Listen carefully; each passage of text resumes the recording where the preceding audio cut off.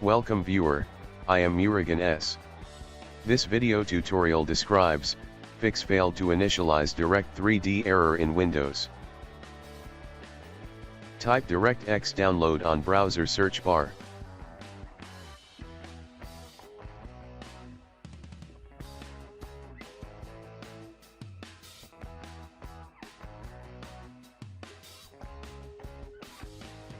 Click DirectX Microsoft.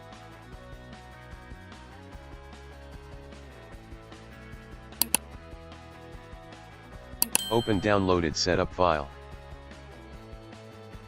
Click Yes to continue. Check I accept the agreement. Click Next.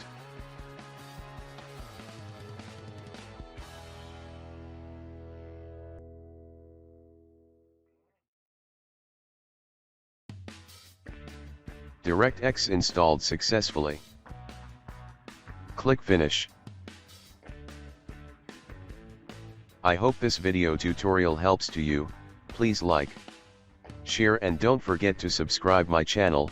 Thank you very much. See you next video.